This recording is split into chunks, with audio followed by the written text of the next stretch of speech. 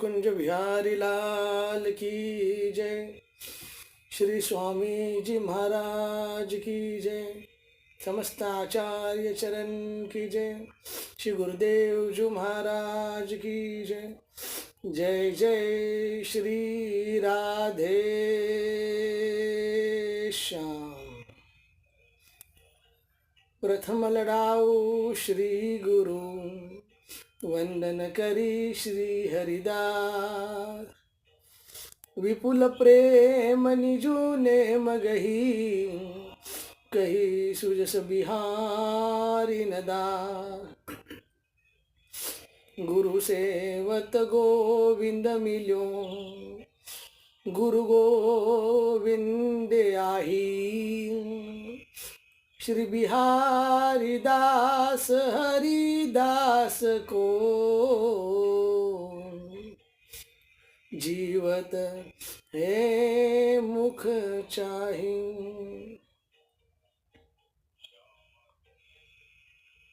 नमः कुंज बिहारी ने, नमः कुंज बिहारी ने, नमः श्री हरिदासाय भक्ति मार्ग प्रभालवे।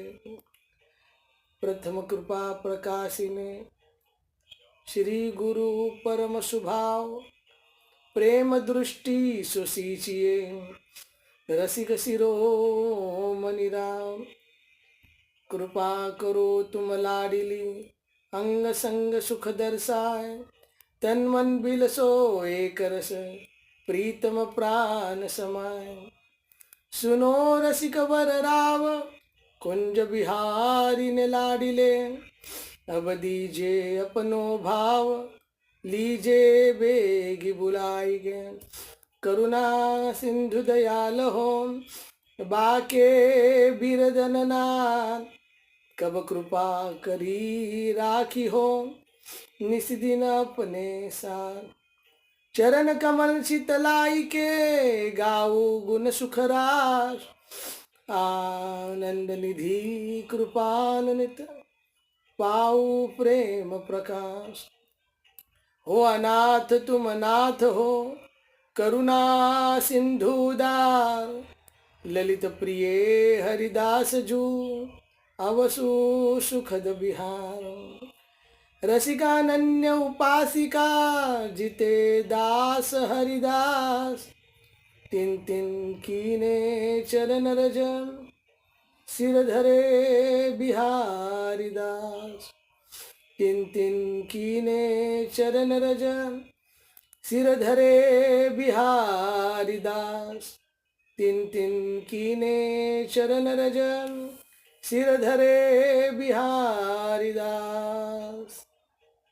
श्रीमन नित्य निकुंज बिहारी ने नमः। श्री स्वामी हरिदासो विजय तेतराम। श्री कुंज बिहारी श्री हरिदास। तो सबका स्वागत है आज की कक्षा में। जैसे हम चर्चा कर रहे हैं साधन पथ के बारे में,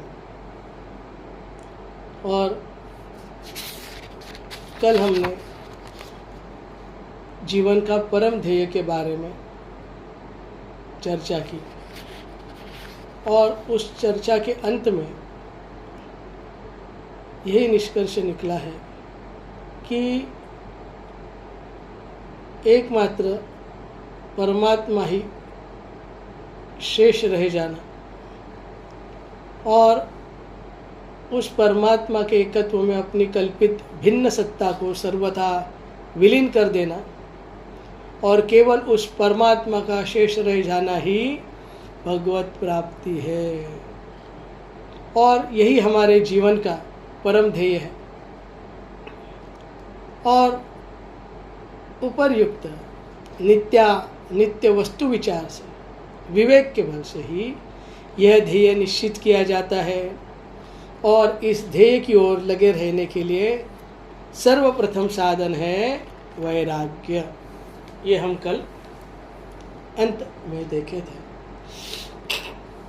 तो बिना वैराग्य के भगवत प्राप्ति हो ही नहीं सकती। ये सिद्धांत अपेल, अपेल मतलब आप इससे पार नहीं कर सकते। कि बोलते हैं ना कि एक्सक्यूज़ मी, कुछ एक्सक्यूज़ नहीं। संसार भी रहे और भगवान भी मिले, ये सर्वथा असंभव चीज़ है। या तो संसार या भगवान, माया या कृष्ण, दोनों साथ में कभी नहीं मिले। या तो अंधकार या फिर प्रकाश।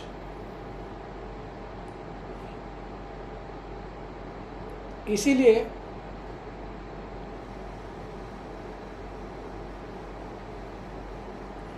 कृष्ण सूर्य सम, माया है अंधकार, जहाँ कृष्ण वहाँ नहीं मायर प्रकाश। तो अगर कृष्ण सूर्य के समान है, उस परम ध्येय भगवान अगर सूर्य के समान है, तो माया अंधकार के समान है। जहाँ पे प्रकाश है वहाँ पे अंधकार हो ही नहीं सकता, क्योंकि अंधकार का मतलब ही है प्रकाश का ना होना। तो प्रकाश का ना होना ही अंधकार का होना है। इसलिए अगर कोई व्यक्ति दोनों साथ में चाहे कि संसार और कृष्ण, तो हो नहीं सकता। बिना संसार का त्याग किए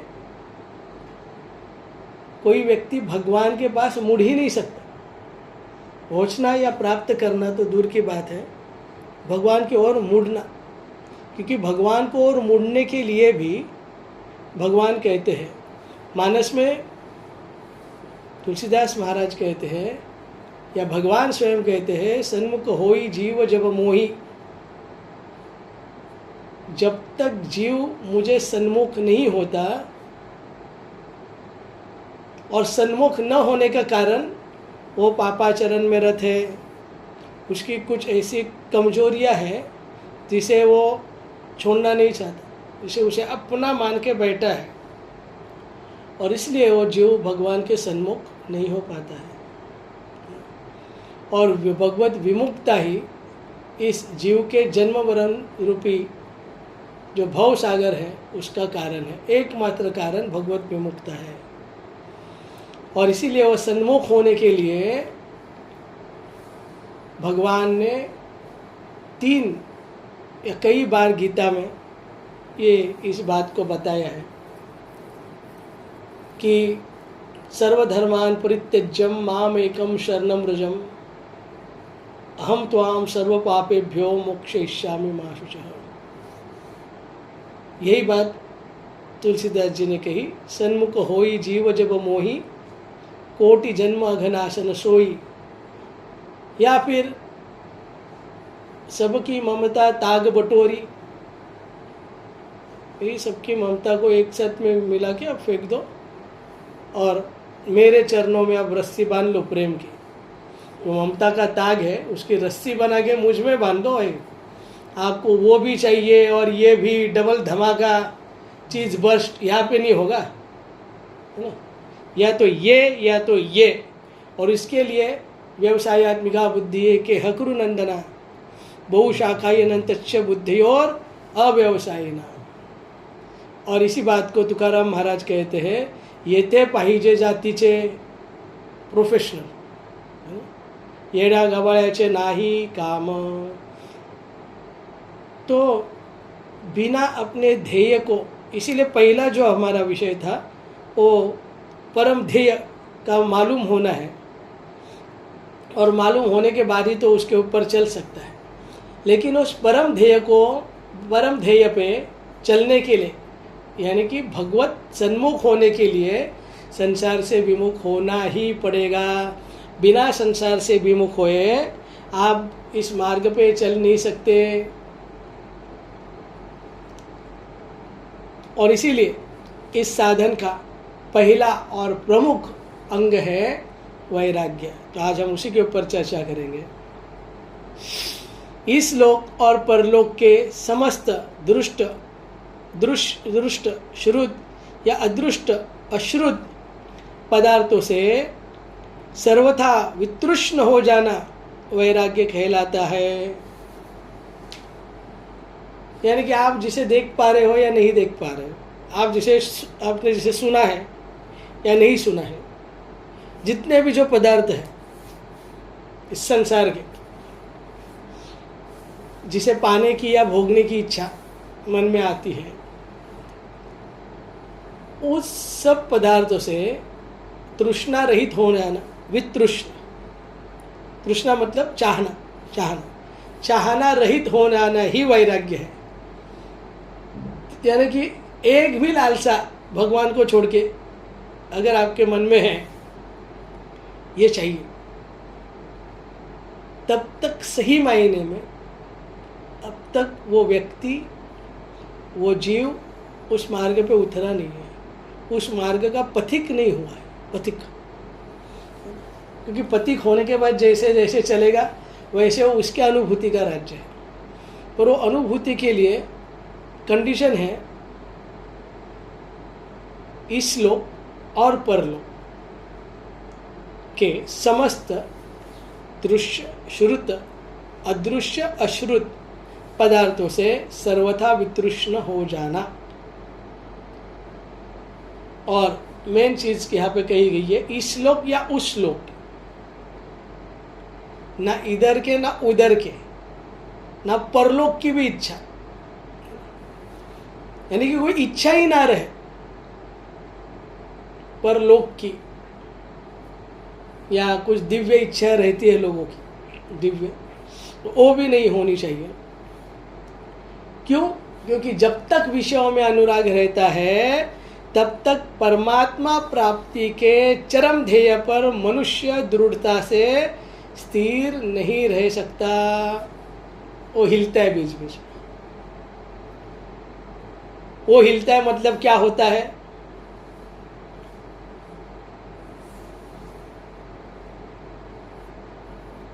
ऋतु बदलती है, ऋतु जैसे ऋतु बदलती रहती है ना, तो हवा बदलती है, हवा अपनी रुख बदलती है मौसम के हिसाब से। तो वैसे उसके मन की हवा चलती रहती है और अपने ख्यालों में खोया रहता है। बस भाई बहुत हो गया, बस तो घर जाके शादी कर ले तो भाई, बाबा जी के लंगोट धोने से अच्छा बीवी की चड्डी धोए, ऐसा सोचता है। ये सब मन के हवा है। तो इसीलिए जब तक वो ना दृढ़ता नहीं आती, मन नहीं जाता, उसका एक ही कारण है, आपके मन के अंदर बहुत सारी इच्छा है। आप नाटक करके दिखाओगे नहीं ऐसा कुछ नहीं, और उसे पता है आप झूठ बोल रहे हो, क्योंकि जिसके अंदर कोई इच्छा है ही नहीं, है ना, इधर है नहीं।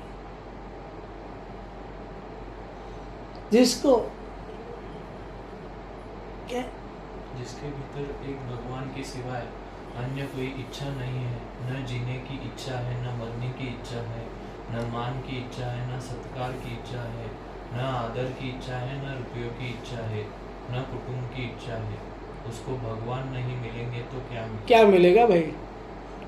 अब जैसो किसको आपने चिल्लाया और उसे बुरा लगा, उसका बुरा लगना मतलब उसको आदर चाहिए था, खत्म, खेल खत्म, उसको नहीं मिलेगा। यानी कि सामने वालों को समझते नहीं, बहुत दूर है उस चीज से। बुरा लगा यानी कि हर्ट हो गया ना, हर्ट, वो तो शक्ल ही बता देती है भाई, ना बोलने की जरूरत है ना कुछ करने की, आंखें ही बोल देती है। यानी कि इच्छा है, वो कुछ भी बोले, यानी कि वो वैराग्य के बड़े बड़े डायलॉग मारे, और इच्छा तो है। इच्छा शायद वो जड़ ना हो ज़्यादा, और जितनी सूक्ष्म उतनी डेंजरस। कोई भी चीज़ जितनी सूक्ष्मता में चली जाती है उतनी वो ज़्यादा फेटल हो जाती है।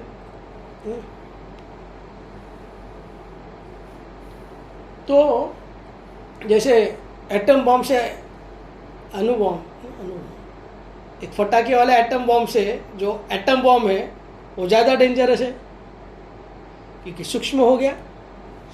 तो इसी तरह हमें इस चीज़ को समझना होगा कि विषय अनुराग की निवृत्ति विषय विराग से होती है और विषयों में चित्त का अनुराग प्रधानतया 4 कारणों से ही होता है। तो उसी 4 कारणों के ऊपर हम डिटेल में चर्चा करेंगे। फंसा कहाँ पे है, अब उसे भी पता है नहीं होना चाहिए। क्या एक ब्रह्मचारी को पता नहीं मुझे ब्रह्मचर्य धारण करके रखना है? कोई नया रॉकेट साइंस तो है नहीं, और हो नहीं रहा है तो प्रॉब्लम है ना? क्या एक साधक को पता नहीं मुझे भजन में लगे रहना चाहिए और हो नहीं रहा है? कुछ तो प्रॉब्लम है ना? क्या एक भगवत प्राप्ति के लिए उतरे हुए किसी भी व्यक्ति को ये पता नहीं क्या मुझे निरंतर भगवत चिंतन होना चाहिए, निरंतर भगवत नाम मेरे मुख में होना चाहिए, विषय चिंतन बिल्कुल भी नहीं होना चाहिए? पता है, फिर भी हो रहा है ना? पूजा लाभ प्रतिष्ठा शुक्रेर विष्ठा उसे पता नहीं, पता है, फिर भी चाहना हो रही है, तो प्रॉब्लम है। वो अब तक फ्री नहीं है। इसलिए मैं बोल रहा हूँ कि अब तक वो उस मार्ग पे उतरा ही नहीं है, उतरा नहीं है।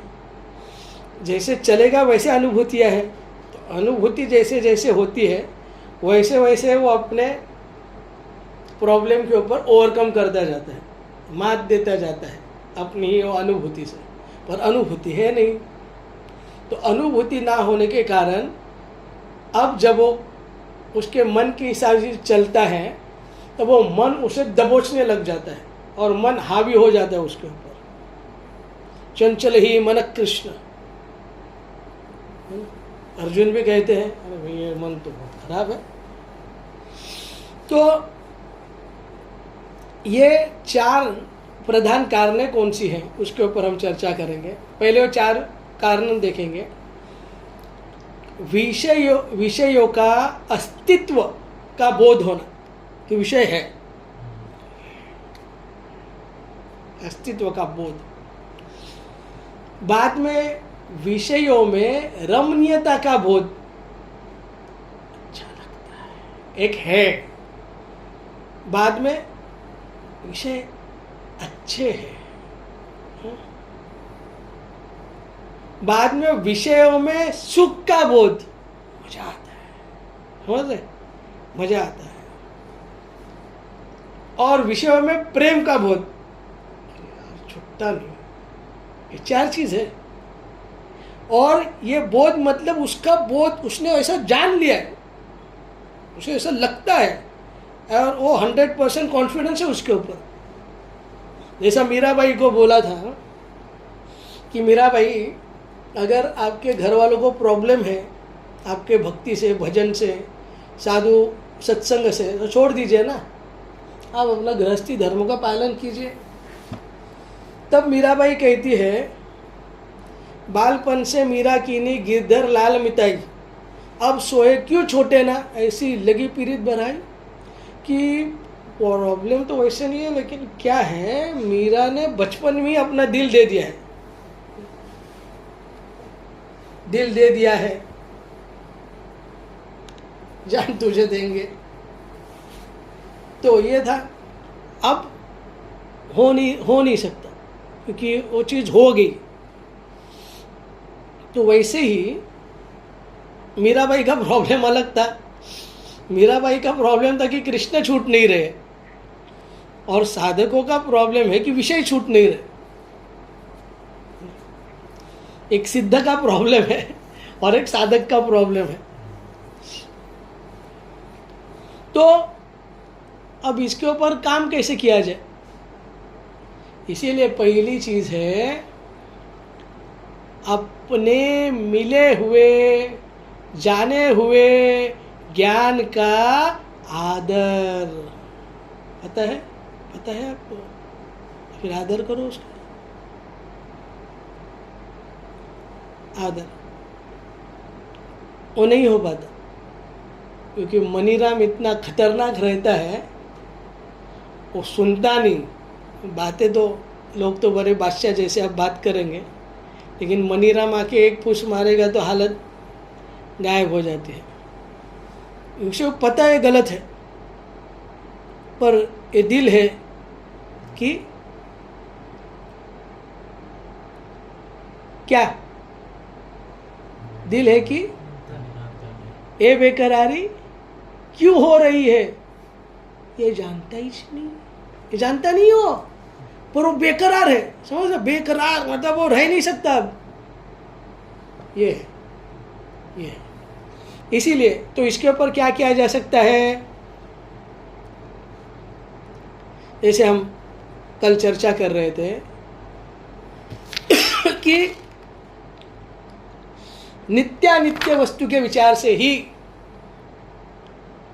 नित्यानित्य वस्तु के विचार से ही, नित्यानित्य वस्तु का विचार को क्या कहते हैं, विवेक।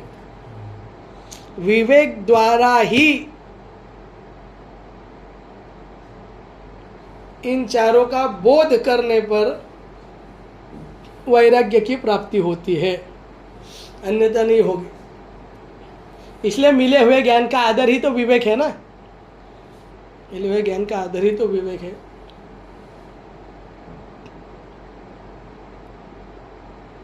इसलिए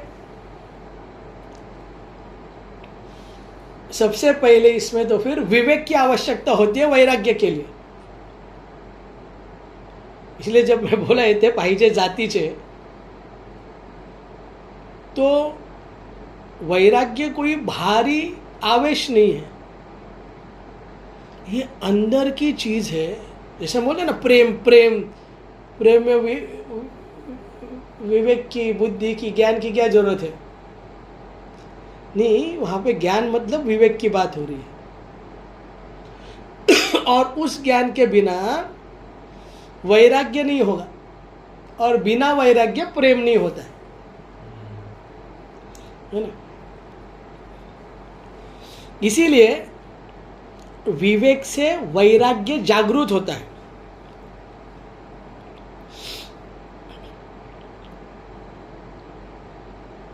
तो लोग बोलते कि सत्संग की क्या आवश्यकता है, लोगों का ये सवाल आ सकता है कि सत्संग की क्या आवश्यकता है, हम तो भजन करेंगे। क्या आ सकता है, ये भी मनीराम है। भजन तो होने की चीज है, और एक करने वाला भजन है, मतलब वो साधक है। अरे सिद्ध भी सत्संग करते हैं। शिवजी स्वयं काक भूषुंडी जी का कथा सुनने जाते हैं, नीलाद्री पर्वत पे जाके हंस का वेश लेके काक भूषुंडी की कथा सुन के आते हैं। शिवजी अगस्त्य मुनि के आश्रम में जाते हैं। शिवजी कौन है? शिवजी जीव तो है नहीं।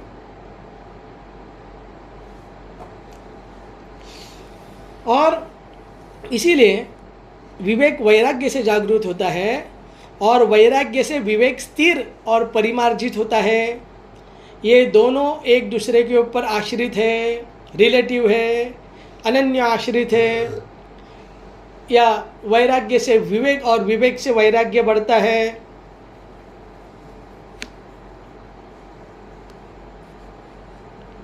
और इसीलिए इन चारों कारणों में जो सबसे पहला है उसका बोध सबसे पीछे होता है, क्योंकि यह पहला ही तीनों का मूल आधार है कि जगत है। अब है की मान्यता के ऊपर ही बाकी है ना, तो जग में विषय भी है, तो विषय भोगने के लिए हैं, तो अच्छे रहते हैं, उसमें मजा भी आता है, तो तब होगा जब जगत है। इसलिए अगर आप ज्ञान की दृष्टि से, अगर आप गीता को ठीक से पढ़ोगे, भगवान ने हर जगह पे तीनों योग में इसी का खंडन किया है कि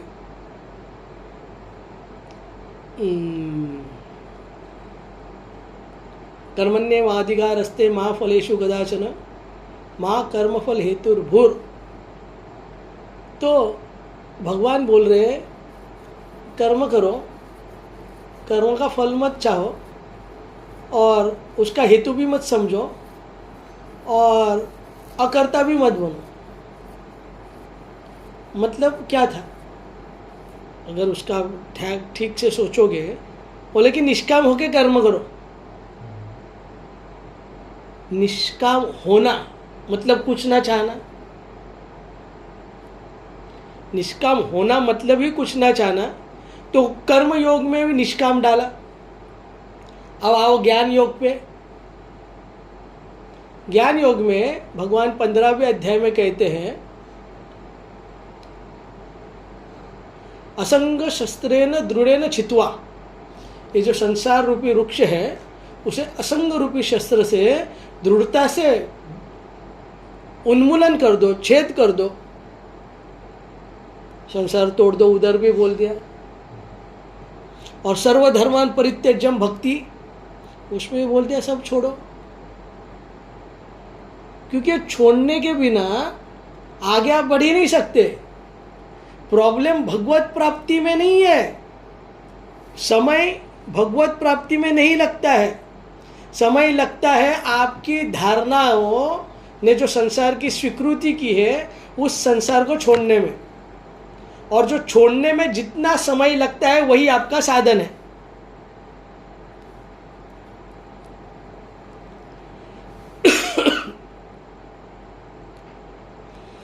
इसीलिए इस जगत को पकड़ा किसने है? बुद्धि ने। जगत है, समझे? जगत को पकड़ने वाली बुद्धि है कि जगत है। इसीलिए जगत का अस्तित्व जाएगा तो भी बुद्धि से ही जाएगा। अगर उसे निकालना है तो भी बुद्धि से ही जाएगा।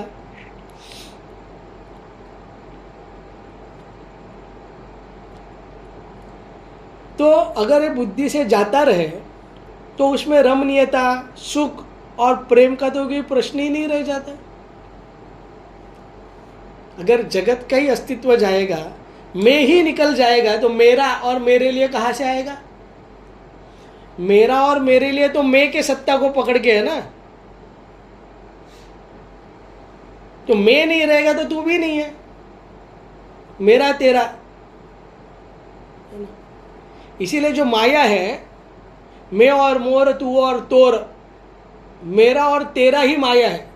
यानी कि द्वंद्व जहाँ पे है वही माया है। और भगवान द्वंद्वातीत है। इसीलिए तो जैसे बुद्धि से इस संसार का अस्तित्व जाता रहे तो उसमें रमणीयता, सुख और प्रेम का प्रश्न नहीं रह जाता। परंतु ऐसा होना कठिन है। अतएव यानी कि डायरेक्ट वो बोलेगा कि संसार नहीं है, होता नहीं। बोलने के लिए बोल देते, किधर है संसार? स्वामी जी बोलने की किसका बाप का क्या जाता है? उनके व्यवहार से आपको पता चलेगा वो बोध नहीं है। बिना बोध के, बोध मतलब जानने, बोध जानना होता है, मानना नहीं। मानना आप भगवान को सकते हैं, संसार को जानना पड़ता है, तभी आप छोड़ सकते हो। बिना जाने आप संसार छोड़ नहीं सकते। नहीं तो आपको अच्छा लगेगा, अच्छा लगता है ना? इसीलिए साधक को क्रमशः पिछले तीन का बोध करके ही फिर पहले का नाश करना पड़ता है। पिछले वाले 3 मतलब विषयों में रमणीयता, विषयों में सुखबोध और विषयों में प्रेम, ये खत्म करके वो जानेगा विषय है ही नहीं।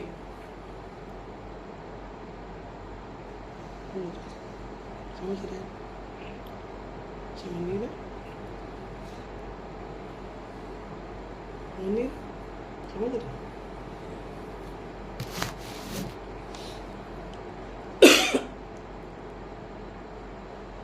मतलब मैं हूं और मुझे आइसक्रीम अच्छी लगती है।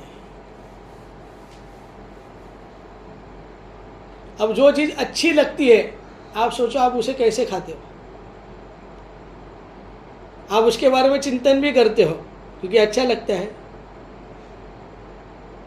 और वो जब आप खाते हो तो आपको सुख की अनुभूति भी होती है, और उसे आप अपना दावा भी करते हो, जो अपना होता है वो तभी करते हो जब आपका उसमें प्रेम होता है। और ये तीनों का कारण मैं ही हूँ, मैं है इसलिए ये सब है। तो पहले मैं नहीं जा सकता, पहले मैं को निकालना इतना आसान नहीं है, इसलिए पहले उसके प्रति जो प्रेम है, जो सुख बोध है और जो रमणीयता है, पहले उसको निकालना पड़ेगा, है ना। तो एक है रमणीयता का बोध। तो रमणीयता का बोध क्या है कि विषय की ओर चित्त वृत्तियों का आकर्षित होने में सबसे पहला कारण है रमणीयता का बोध। चित्त जो आकर्षित होता है ना, चित्त आकर्षित होने से क्या होता है, उस विषय का चिंतन, चित्त आकर्षित होने से। और विषयों में रमणीयता का जो बोध है वो बुद्धि के विपर्य से ही होता है। और बुद्धि का विपर्यास का मूल कारण है कि अज्ञान संभूत अविद्या, जो अज्ञान रूपी अविद्या है वही बुद्धि को भ्रम में डालती है।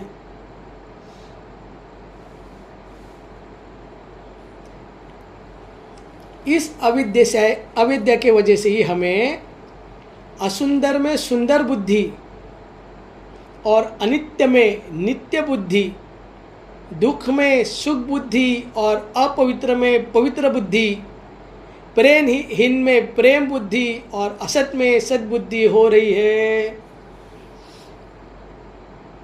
जैसे कि हम इस शरीर से प्रेम करते हैं, सजाते हैं, और किसी दूसरे शरीर को भी देखते हैं, वो है क्या असल में, वो नाशुद्ध मल मूत्र सात धातु छोड़ के उसमें कुछ है ही नहीं। और जिससे वो बना हुआ है, बाहर का कोटिंग वो भी चमड़ी है, उसके ऊपर उसे बहुत प्रेम है, यानी कि उसकी दृष्टि में अविद्या है, अविद्या है। और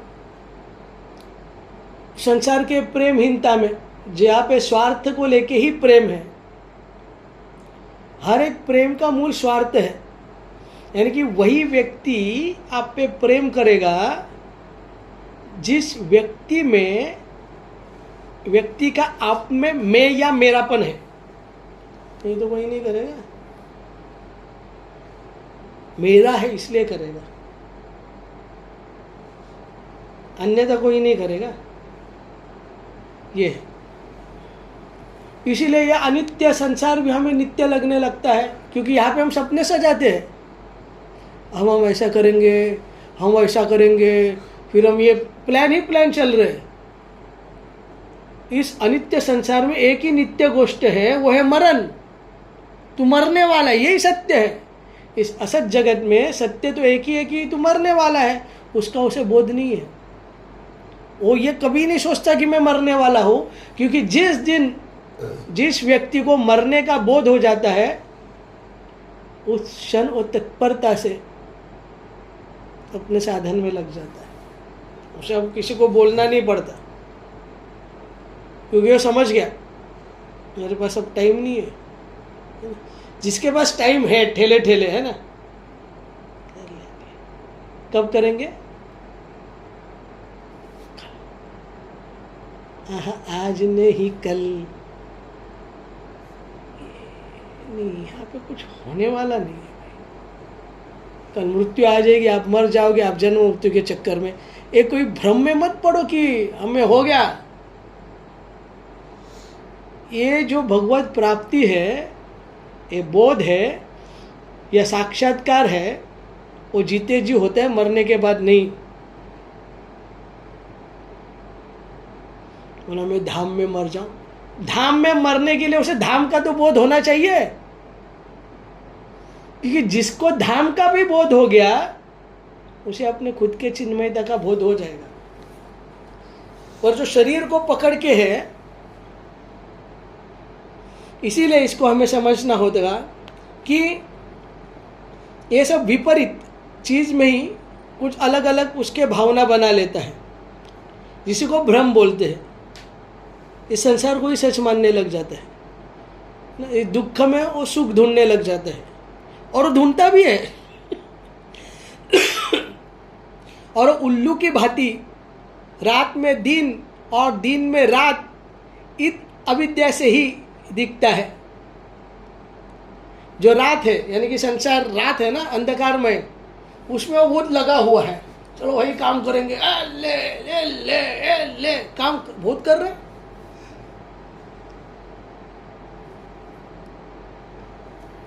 और भगवान जो दिन है उसमें लगा हुआ नहीं है, कर लेंगे, कहाँ पे जा रहे, समझ रहे।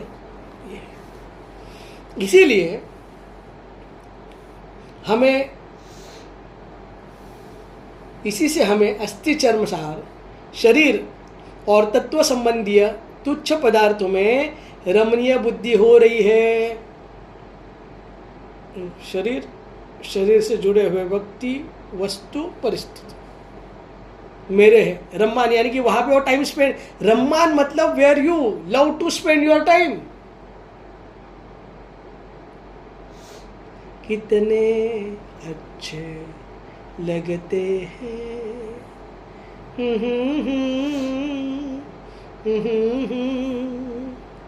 ये मौसम और तुम। समझ रहे हो रमणीयता का मतलब क्या है? यानी कि उसके चीज में कुछ बोध की अनुभूति नहीं है, बस वो कर रहा है क्योंकि उसे अच्छा लगता है। और अगर उसके बीच में कोई आएगा तभी क्रोध और सब बाकी के विषय आ जाते हैं, नहीं तो क्रोध का सवाल ही नहीं। कोई क्यों क्रोध करेगा? क्रोध वही करेगा जिसका भोग के बीच में आप आ गए, और कोई कारण ही नहीं रहते। कारण वो 10 दिखाएगा क्योंकि प्रोटोकॉल फॉलो करना रहता है ना, क्योंकि प्रेजेंटेशन तो खुद का होता है कि मैं कितना व्हाट एक्चुअली ऐसा हो, इसीलिए मैं नहीं तो मैं ऐसा नहीं, वो पहले क्लियर करता है। बात वो नहीं है, क्योंकि शास्त्र झूठे हो जाएंगे। इसलिए साधु के दृष्टि से कुछ चुपता नहीं है, क्योंकि साधु को शास्त्र प्रमाण है ना। तो मनुष्य जिस विषय का निरंतर चिंतन करता है उसी में उसकी समीचीन बुद्धि हो जाती है, उसी में बुद्धि लगी रहती है। और यह समीचीनता ही रमणीयता के रूप में परिवर्तित होके हमारे मन को आकर्षित करती है। अपने अपनापन का बोध। अब विचारना चाहिए कि विषयों में वास्तव में रमणीयता है या नहीं, और यदि नहीं है तो रमणीयता भासती क्यों है। अब ये प्रश्न है, यानी कि आप बोलो कि नहीं है, ठीक है नहीं है, मान लिया चलो, तो फिर हमें लगती क्यों है कि रमणीयता? हमें तो लग रहा है ना। तो अब तर्क हो,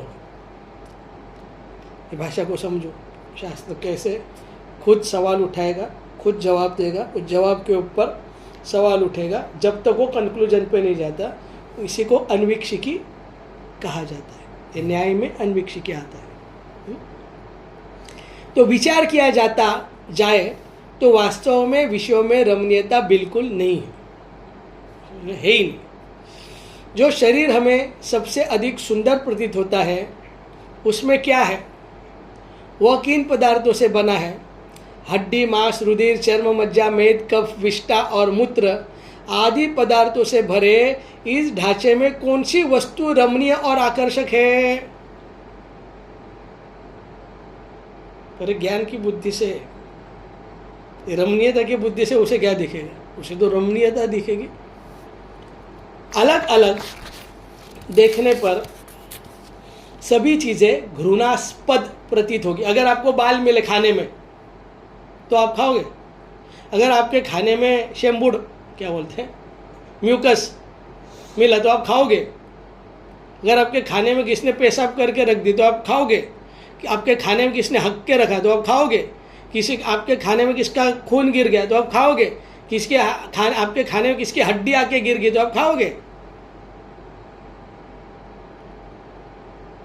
लेकिन उसी में वो रम्मान है। इसी को भ्रम कहते हैं, इसी को मोह कहते हैं। ये जब तक मोह छूटता नहीं तब तक वो अपनी स्थिति में आ ही नहीं सकता, वो कितना भी कुछ भी क्लेम करे। यानी कि क्लेम क्या, और मुझे पता है, नो क्या है वो उसे पता नहीं है, और मुझे पता है ना। यानी कि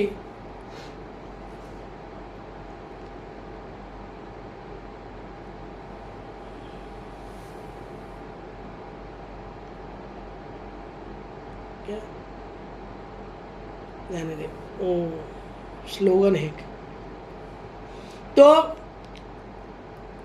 देखने पर तो सभी चीज़ें घृणास्पद प्रतीत होती है। यही हाल और सब वस्तुओं का भी है। वास्तव में रमणीयता किसी वस्तु में नहीं होती, वह रमणीयता उसके कल्पना में होती है। जैसे हम कल भी चर्चा कर रहे थे, जब वो एक्चुअल भोगता है और उसका जो इमेजिनेशन रहता है उसमें जमीन आसमान का फर्क रहता है। वो रमणीयता उसमें है, और बाद में जब भोगता है तो उसे वो मज़ा नहीं आता जैसा उसने सोचा था। तो उसे सोचा नहीं शायद में कुछ तो गलत हो गया, और दूसरे वैसे करके देखते हैं, और इसी में लगा हुआ है। और यही है माया, ये भ्रम इसी को कहते हैं, है ना। और कल्पना ही रूढ़ी बनकर तद अनुसार धारणा कराने में प्रधान कारण होती है। कल्पना ही उसी धारणा बनाती है, और धारणा से ध्यान होता है। ध्याय तो विषयान पुंसा संगास्ते उपजाए थे, समझा। धारणा से ध्यान होता है। अब कोई स्त्री लोभी स्त्री का ध्यान करता है, कोई कामी स्त्री का ध्यान करता है, कोई लोभी पैसों का ध्यान करता है, कोई खिलाड़ी अपने खेल का ध्यान करता है।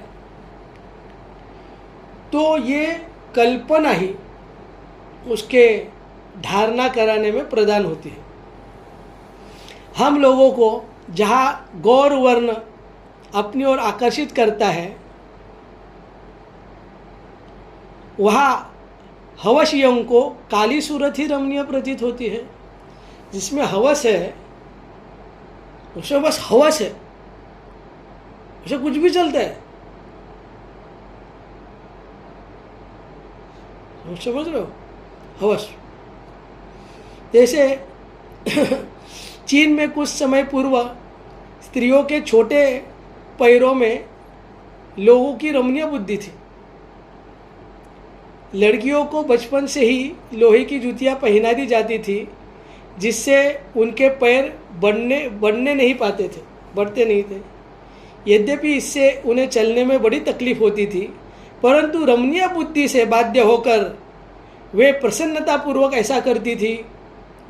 आकर्षण ये है। अब लोग क्या क्या करेंगे, अगर मैं डिटेल में उतरूँ तो अब साधु की रमणीयता ले लो। अब साधु भी अलग अलग क्या क्या करेंगे, करते हैं है तो टकलू, लेकिन फिर भी ऐसा ये करेगा, समझ। उसे लग रहा है कि सब मेरे पास है। ये रमणीयता का बोध होने से होता है। नहीं तो वैराग्य के क्या, कौन देख रहा है उसे, क्योंकि वो खुद अपने आप को नहीं देख रहा है, तो उसे कोई और देख रहा है, उसका बोध उसे कहाँ से होगा। एक पॉइंट को नोट करो, तो खुद का ही ध्यान नहीं है तो कोई और उस पर ध्यान दे रहा है, इसका ध्यान उसके ऊपर जा ही नहीं सकता। ब्रह्मचारी जाएंगे कड़क कपड़े इस्त्री करके। कौन सा ट्रेंड कहाँ से सीखे मुझे नहीं पता है, और वो बोलेंगे हम बी प्रोफेशनल, ऐसे इसको प्रोफेशनल कहते हैं। किसे दिखा रहे? उधर लोग देख के कौन देखने, यानी कि वो लोगों के लिए तैयार हो रहे हैं, समझ रहे हो? और ये है प्रेम मार्ग के पथिक। भाई वो तो सादे मार्ग पे भी अब नहीं चलने लायक रह सकता, यानी कि उसका ध्यान बाहर ही है ना। अरे वो अलग है।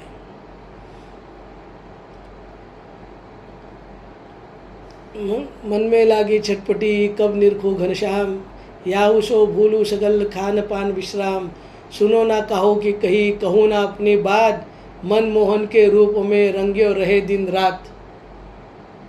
उसे क्या लेना देना, कौन देख रहा है कौन नहीं देख रहा है? वो तो खुद अपने श्याम सुंदर को देख रहा है। उसकी आंखें तो प्रियतम से भरी हुई है, उसे तो सब में अपने प्रियतम ही देख रहे हैं। ये स्थिति है, और ऐसे लोगों के ऊपर कुछ कानून नहीं रहता। क्या कानून लगाएगा? तो राजस्थान की मारवाड़ी स्त्रियां बेहुदे गहने कपड़ों को भारी बोझ से कष्ट सहन करने पर भी उन्हें पहनकर अपने को सुंदर समझती है, पर गुजरात की सादी पोशाक धारण करने वाली स्त्रियां उसे देखकर हंसती है। ठीक इसी विपरीत मनोवृत्ति मारवाड़ी बहनों की गुजराती बहनों की वेशभूषा के प्रति होती है। इससे यह सिद्ध होता है कि रमणीयता किसी विषय में नहीं, वह हमारे मन की कल्पना में है। ये उसको अंदर से है, बाहर का कुछ नहीं है। बाहर तो सिर्फ वो आवेश में होगा, पर है अंदर ही सब, क्योंकि वो सुंदर दिखना चाहता है। वो अपनी सुंदरता से किसी तो प्रभावित करना चाहता है ना। जैसे कि कभी कभी मैंने ऐसे युद्ध प्रचार देखे, युद्ध प्रचार लड़कियां देखते ही वो एकदम भारी भारी शब्द निकालना चालू कर देते हैं। They want to impress.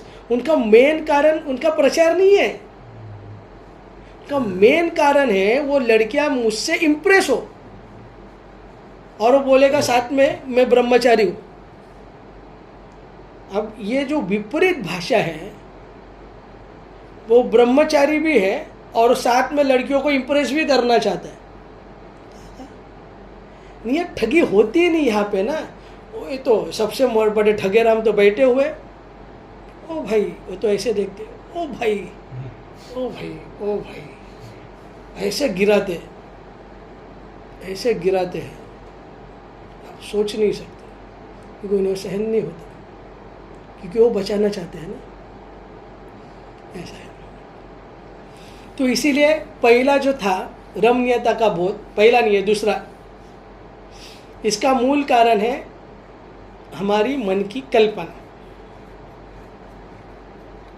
हमने उन सभी विषयों में सुंदरता की कल्पना कर ली है, इसीलिए उस हर एक विषय में हमें रमणीयता का बोध होता है। तो आज हम इधर ही रुकेंगे।